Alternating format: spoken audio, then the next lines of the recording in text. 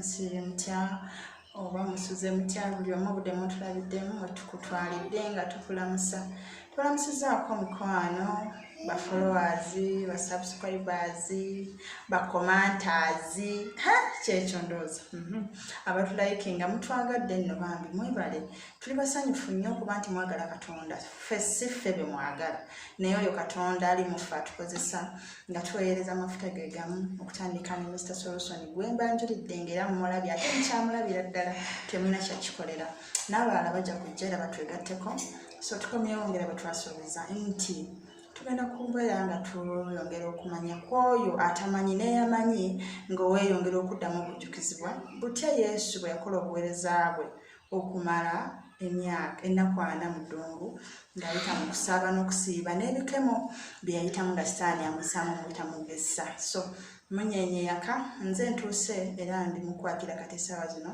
Mr. Solution mbuuzaako ku bantu ba Mukama. Mutya mwenna musuze mutya. Good morning, good evening, good afternoon to everyone that are watching right now. Thank you for watching and thank you for subscribing. Thank you for commenting.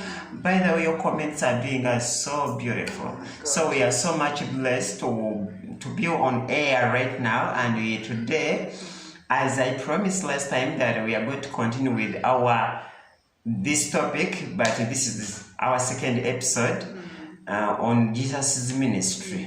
Now we are going to be following the life of Jesus from the day he was born, actually before he was born, till this time when he says, now I'm sending you the Holy Spirit that is going to guide you, the Comforter, the Keeper, the Helper, that is going to intercede for you. This is the Spirit that comes down on the day of Pentecost. On that Pentecost day, the Spirit of God came upon the disciples when they are praying in the upper room, and the flames of fire were experienced on their heads, and they turned to speak in different tongues or different languages. So here we are going to begin with the first disciple that was called, the calling of the first disciple. Okay. Is it? Right. Omuyigiriza eyasookera ddala Yesu lwatandise ministry. Omuyigirizo eyasookera ddala okuyitibwa. Tukwataganye. Wali twakomye Yesu nga amaze okukemebwa, Yesu amaze okuyita ebibuuzo byonna. Sitaani agezesezza naye ng'ono omusajja afunira mu 10+. Ovanga ku muntu akubuza ekibuuzo. Mu kifo ky'okukuwa 10 nga gw'ofuna 10,000. Otegeera? Ng'obeera more than wise nti gwe weetaaga kati mubuuza ebibuuzo. Weera kyalina byakubuuza.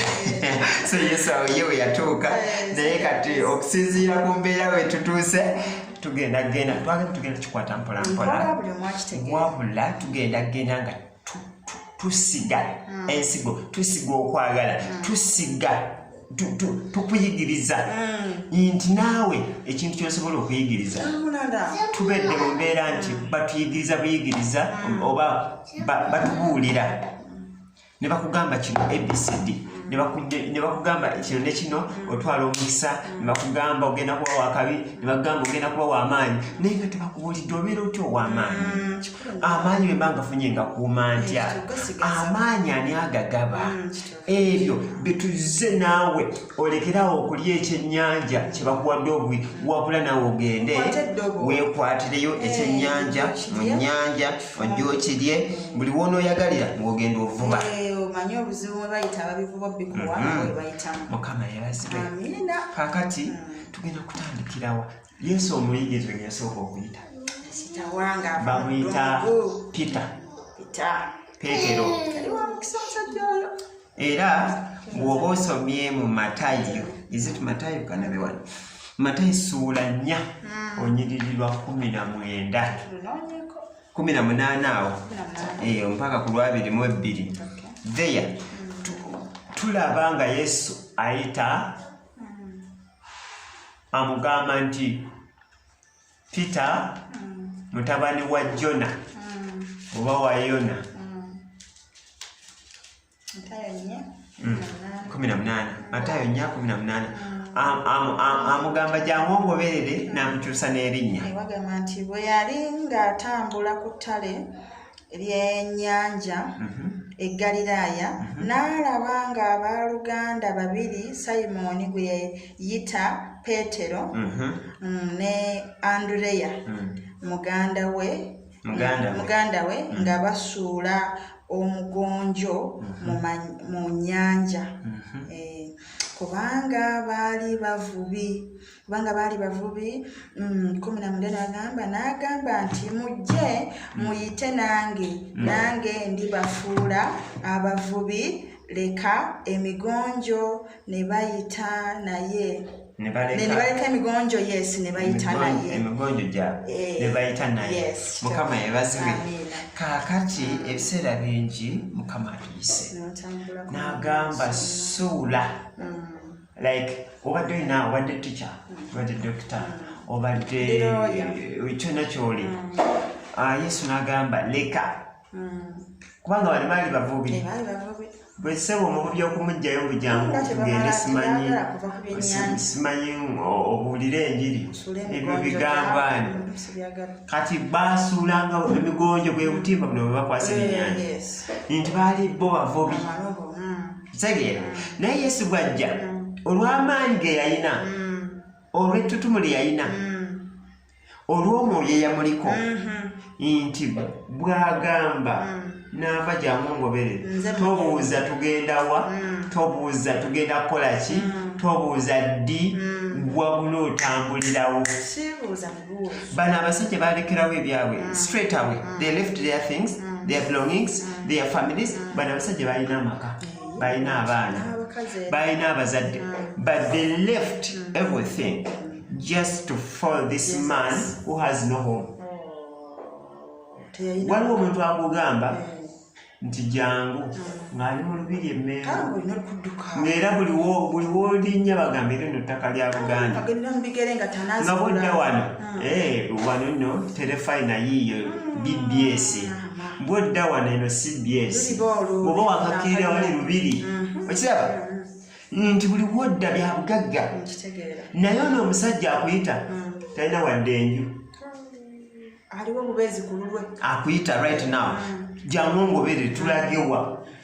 Gwe twabuuza kambuuze, singa nkugamba naava ofaayo bwe tuba tugenda ffenna. Nfaayo. Lwaki ofaayo? Anti mpulira njagala ogenda naawe. Kati kiba bwe kiti, omuntu bw'akugamba tugende ffenna, tunuulira omuntu mubuuze tulagawo. Mba nosooka mubuuza. Olagawo. Ate agambye ogenda wanga ffenna. Buli gwakusanga n'akugamba tugende nga mugenda naye, gwe tolina gy'olaga. Ate oba ngambye. Ate buli akugamba nga mugenda. Kaakati kiba bwe kiti nti omuntu yenna bwagga tugende, mubuuze tulagawa, oyina ki? For example, omuvubuka kwana, muwala nkwagadde, naye yanziza ssebo, nyakuwasa, kale nange mbadde nnoonya bufumbo. Tugende? Tugende njagala. Kaakati omuntu yenna ali focused, omuntu yenna yasoma, omuntu yenna ategeera, obuuza tulagawa. Anti yangambye kumpasa. Gwani aŋŋambako. Sinagyendaga, navudde wakanga sinagyendaga. Ye lwaki mumanyira abavubuka? Mba sigenze mukuyomba. Mumanyira otya? So this is bano bayita si balokole. Omuntu ali ku bibye, genda ku stage osanga ababooda. Mugamba omanyi, gye tutambule. Alivuga booda ye, yazze kunoonya 10, kati omugajamu tutambulemu. Boda agisule waawo. Mbwa agisule waawo. Osanze omuntu ku dduuka lye. Gye balesebo. Jangongoberere. Is that botyo? In your understanding, is that normal? Era esooka nakulaga buli mulalu. Akubuuze. Si, tolina byakola. Obere gwe ngaani. What's wrong with it? Gwe ayinza n'okuyita police. Okisegera? kati this is Jesus asanze abavubi tebamumanyi tebamulabanga bali ku byabwe ekitegeera egundi tugende tuvubeko egindi wabula baabe kino byagaanye naye tugende tusuuleko emigonjo egindi akati yunajja gwese emigonjo suula ojja tugende ekitegeera simumanyi namuwulira tomumanyi tomulyanganako aze mu kifo kipya tomutegeera wabula gamba ajja tugende where going like where are you taking me as in are you mad are you insane are you out of your mind you have a lot of questions but this is Jesus who says come and we go and a man out of the blue leaves everything follows him.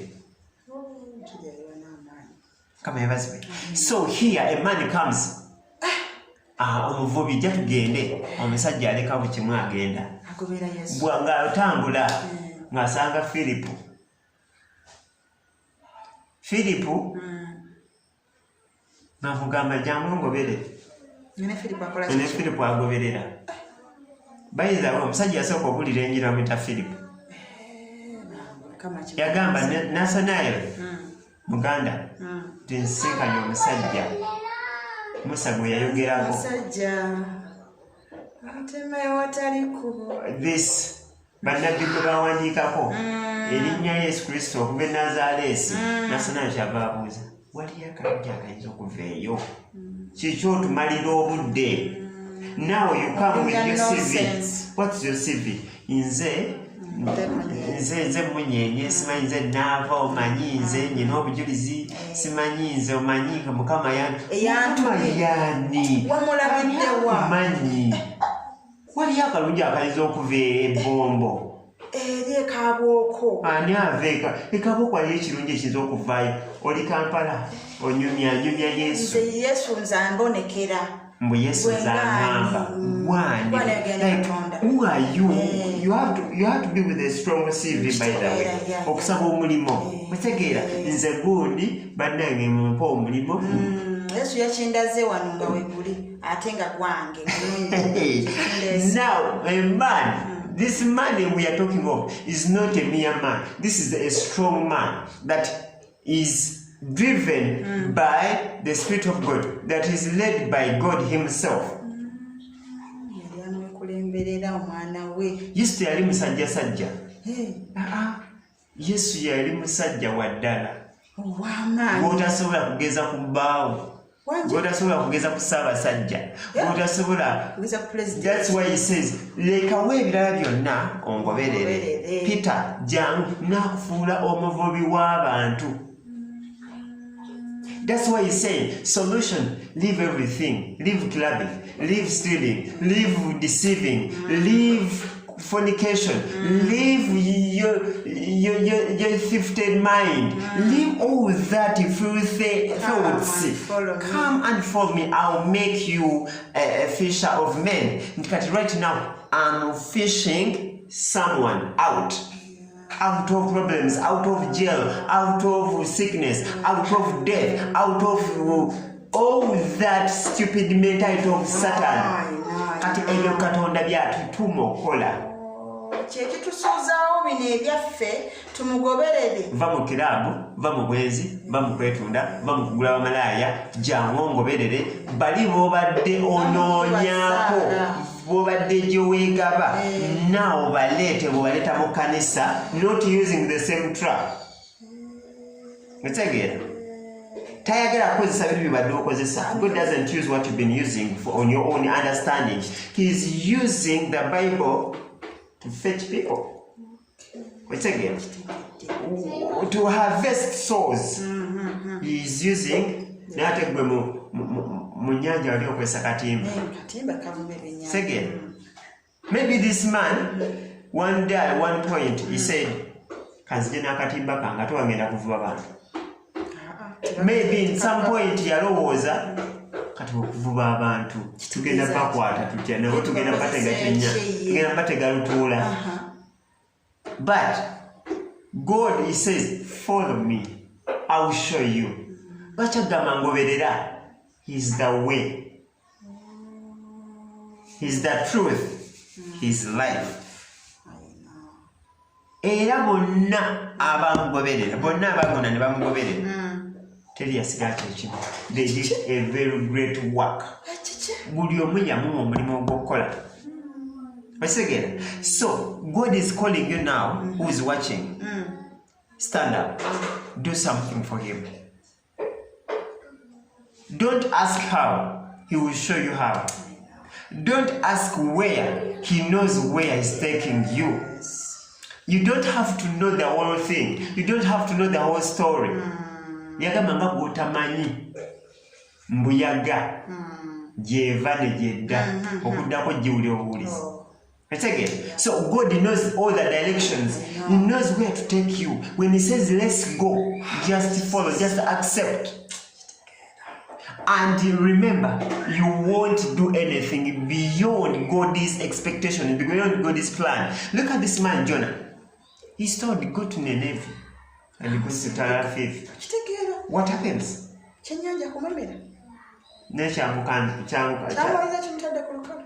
None omusajja yasooka okusiiba ennaku 3 dry ate mu kyennyanja yali alya yanywa. Yesu yagenda okikola nga bakikolako dda ng'akimanyi okugesebwa kwa musindiseemu tasobola kukusindikira kugesebwa nga tasobola kumanya oba onaakusobola Katonda akuleetera ekintu ng'alina n'enkola has the methods. Kati ebitujje ku mulamwa ne tutakola nga ye bw'ayagala tukole kwe kubanga agambye ekintu gwe noonoonye enkola ezizo okola ki kyeyagamba naye mu nkolayo kyekirese bannabbi abafere kyekirese bapasita abafere Mukama yamutuma kituufu naye si mu nkola eyo gy'akolamu enkola gy'akolamu yiye ng'oyo wadde Mukama yamutuma. Yet God blesses the work of our hands. Not in our understanding, in his understanding, his will. That's why when you're praying, he said, Saba, Ogambe, let your will be done. Not on earth, but in me, because Katonda tamanyi nsinze ensi. Kati yagamba, subdue the world. Yagamba, go and subdue muzaale mwale ku nsi. Why? Because he sits in us. When we are many and he sits in us, that's what makes him God. Wakira kyekimufuula Katonda olw'okubanga ffe ye ali mu ffe tuli ku nsi. Ensi bw'eba njerere Katonda talina kyafuna.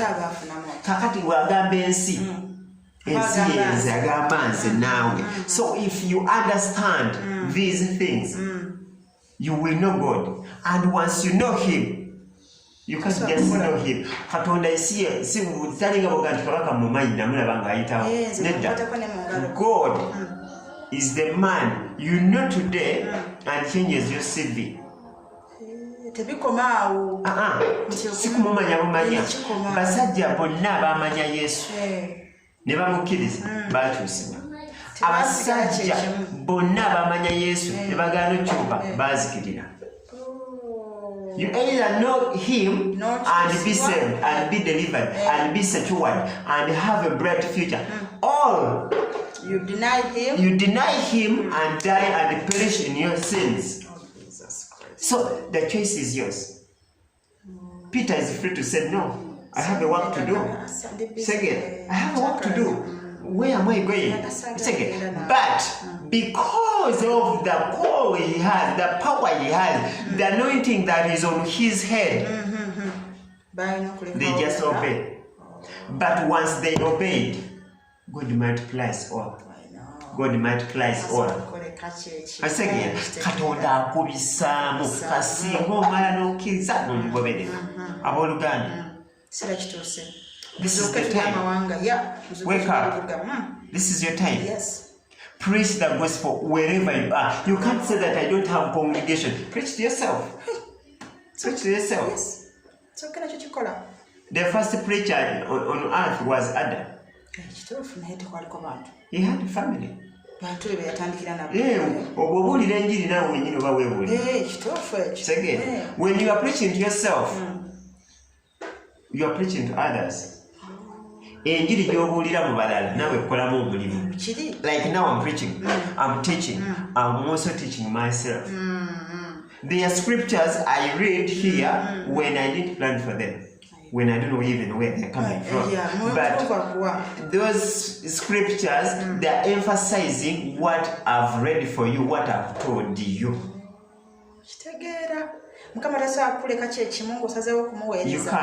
You can't say the same. We people, we have a testimony to give, but bani betugenda okugamba obujulizi. Abaffe bugeni betandikirako. Mukwano gwange, first appreciate what you have. Appreciate God. Appreciate God. When you're appreciating God, you can testify. Wali abantu abatamatira. Akakamoto kanze mukama bwalimpa omwana ndiwo obujulizi bwaba tabumpadde. Ndako awo tuse kati balaba ndawo olaga. Omukyala yangambye juzi nti njagala kuzaala balongo naye singa n'abazaala awo no njo kwatula obulokozi naye awatali ekyo nze ebyokulokoka sibiriiko. Ngamba awo otuuse emusabira ekisa. Ate Katonda takola bw'atyo. God doesn't see what you can offer.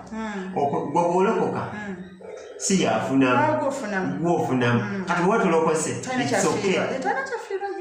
Kimuluma ntolokose naye ate tafiirwa.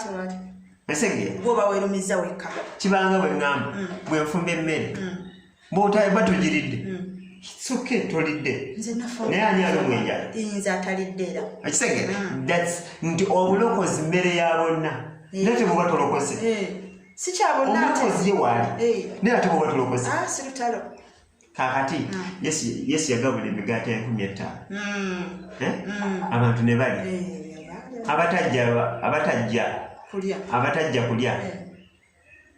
Yesu yasalwa mwana wako ng'agamba nti abaye ebidde 12 ebifisse mubitwale munoonye abatalidde. When you come to Jesus, you eat, you are filled, you are fed, you are given to drink. But if you don't come, it's okay. It's okay. You won't eat. Ekyo kiraba kitegeeza nti n'abamusemberanga bonna kibugamba okuyira n'ennyanja si kuliira. Bonna tebaali bazze nti bakkiriza mu by'okukola by'obulokozi bwe. Bangi batandwa naye ne bagaana kuloka si bwe gwali. Anti yagamba mwenna muzze si lwakuba nti olw'ebyamagero bye nakola naye olw'ekyokulya mwalaba emmere. Tugeeza olugero olwo nti okuyira n'ennyanja sikola ki? Bangi bagirirana naye ebinnyanja naye bayitanko buli ki. Kati Yesu akonkona naye okumugwira kuko oliwaddenga okugulawo okusigala ng'olugga. Omanyi abasemberedde ku kyakiza abalokole nga tebasaba. Kyokka ng'ate waliwo gwe teweebuuzaamu lwaki omuntu ava e Kampala n'ajja e Maganjo asabe. Kaakati ate n'osanga abeera ku kyaki kwennyini nga tasaba tayirinnya nawo. Ababbize nnyo oyo. Kategeera lwaki? There is something that is hidden. Salvation is the hidden meaning of heaven. Kizibu okutegeera nti obulokozi kiringa zino engero Yesu ze yayogeranga nga si buli omuntu akola ki nti buli kyayogera bamubuuza obadde otegeeza kino obadde ogamba ki naye ate bonna si bagenda nti bamubuuza bangi abatategeeranga naye nga tebagenda kubuuza bo nga bakomaawo kisoke omusajja abuulire omusajja ayogedde. Even now there are some people who are watching. He has spoken, he has said it. But when you ask them, do you believe what he says? Yes, it's fine. Can you do what he has said? No. It's again. It's no. Newaffe gyebiri. Newaffe tuli bwetu. Newaffe tusaba ne musumba waffe byalikola nnyo. Mutegeera kaakati mukwano kyekiseera ogoberere Yesu. Kyekiseera oyimuke. Rise up. Rise up so that you may shine. Isaya agamba nti golokoka yaka kubanga omusana gukuviiriddeyo. Kaakati omusana gutuviiriddeyo naye ate twagadde nnyo ekizikiza. Naye kati wulira kuli omusajja ono eyagobera Yesu yafunamu. baali baatobye ekiro kyonna Bali. nga tebaafunye. Jinja bibuze bigano. Naye abagamba busuule ebuziba. Atandise okuwa assignment nti once you come to Jesus, he starts saying what failed you. Kyali kyakusuula. Ekyo kyakulema, ekyo kyogamba bannaye ekyo kyagaana. Omuze guno gwannemerako nze obugagga bwagaana. Nze bannanga nalemwa okuwasa saafumbirwa kyagaana. Nafuna naye byagaana. Senga yandoga maama yankunamira. Ebyo byonna naawe agamba suula ebuziba. Kati nowulira. By experience, abavubi tebavuba misana bavuba kiro. Ekyo kituufu. Kakati obudde bwakumakya ssaawa 3 Yesu abagamba musuule ebuziba. Ate emisana. Emisana. Wulira nabo balina endowooza ng'eyo oba eyange oba eyo yandaba essaawa zino nti sebo we are professional bavubi fishers. Ebyennyanja tebabikwata misana, babikwata kiro. Twatobye ekiro kyonna tetwakoze tetwafunye. Era ebyennyanja babikwata kiro. Kakati lwaki oŋŋaŋŋangira emisana? Naye ku lw'ekigambo kyo n'asuula emigonjo. Yesu bw'ajja mu bulamu obwo tafa ku CV, tafa ku kikuliko, tafa ku kikyomanyi, tafa ku kikigenda mu maaso, tafa ku nnono, tafa ku buwangwa. Ewaffe tetuzaala balenzi, ewaffe tukola bwetuti, ewaffe tulina kuwaffe nda basiraamu, ewaffe ffenna tuba bakatuliki ne jjajja yali mukatuliki, ewaffe ne mukulu wange yafunira olubuto ku luggya n'omwana asembayo yafuna olubuto ku luggya. Ebyo Yesu tabimanyi, agamba suula ebuziba. Mukaseera kano at this very time. But here, listen to this. Naye rest at your word, I'll cast my nets.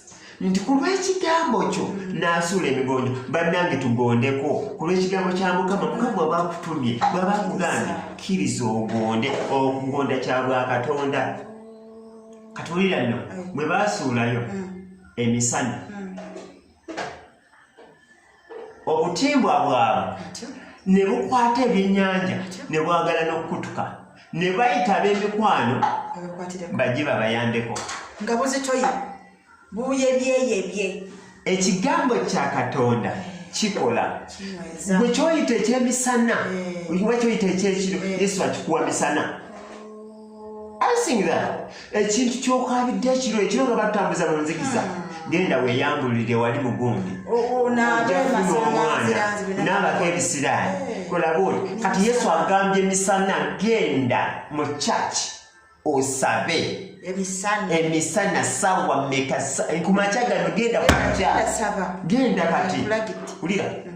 Ne bakwata ebyennyanja bingi nnyo emisana tuku. Bonna ne bagamba Mukama Katonda teri yali akutte ekyennyanja misana, kiba kikalaba akatimba. Etegera kakati akatimba emisana akakwata ebyennyanja, obutimba ne bwagala n'okukutuka.